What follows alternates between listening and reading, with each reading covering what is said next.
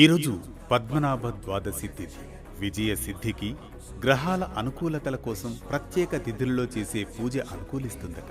ముఖ్యంగా కొన్ని విశేష దినాలలో చేసే పూజల వల్ల అనుగ్రహం లభిస్తుందని, అందుకు సంబంధించిందే ఈ పద్మనాభ ద్వాదశి వ్రతమని, ఈ వ్రతాన్ని పూర్వం పాండవులు కూడా ఆచరించి శత్రుజయాన్ని పొందారని మన పురాణాలు చెబుతున్నాయి.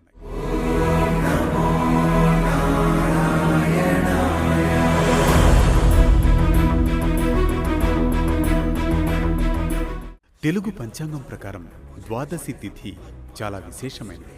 సంవత్సరానికి 12 ద్వాదశులు, ప్రతి ద్వాదశి విశిష్టమైనది. ఆశ్వయుజ శుద్ధ ద్వాదశిని పద్మనాభ ద్వాదశిగా శ్రీ మహావిష్ణువు స్వరూపమైన అనంత పద్మనాభ స్వామిని పూజించాలని వివరిస్తున్నారు పురాణ పండితులు.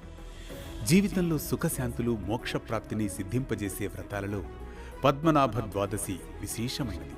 ఈ వ్రతం గురించి వ్యాస మహర్షి విరచిత వరాహ పురాణంలో ప్రస్తావించబడింది. ఈ రోజున ఉదయాత్పూర్వమే నదీ స్నానాన్ని ఆచరించాలి, లేకుంటే గంగాదేవిని స్నానం చేసి నీటిలో ఆవాహనం చేసి ఆచరించవచ్చు. పూజ పూర్తయ్యే వరకు ఉపవాసం ఉండాలి. అనంతరం పూజ గదిని శుభ్రం చేసి లక్ష్మీ నారాయణులకు గంధం, కుంకుమ అలంకరించి ఆవునెత్తితో దీపారాధన చేసి సహస్రనామాలతో అర్చించిన తదుపరి పొంగలి నైవేద్యంగా సమర్పించాలి. సాయంత్రం వైష్ణవాలయాన్ని సందర్శించి అన్నదానం, వస్త్రదానం చేస్తే విష్ణులోక ప్రాప్తి కలుగుతుందని మన శాస్త్రాలు చెబుతున్నాయి.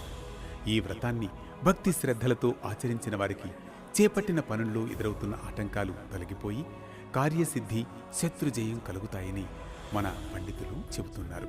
ఇది పద్మనాభ ద్వాదశి తిథిలోని ఆంతర్యం, పరమార్థం. మరో భక్తి రాగం, ధర్మదీపంతో మళ్ళీ కలుద్దాం రేపటి పరమార్థంలో.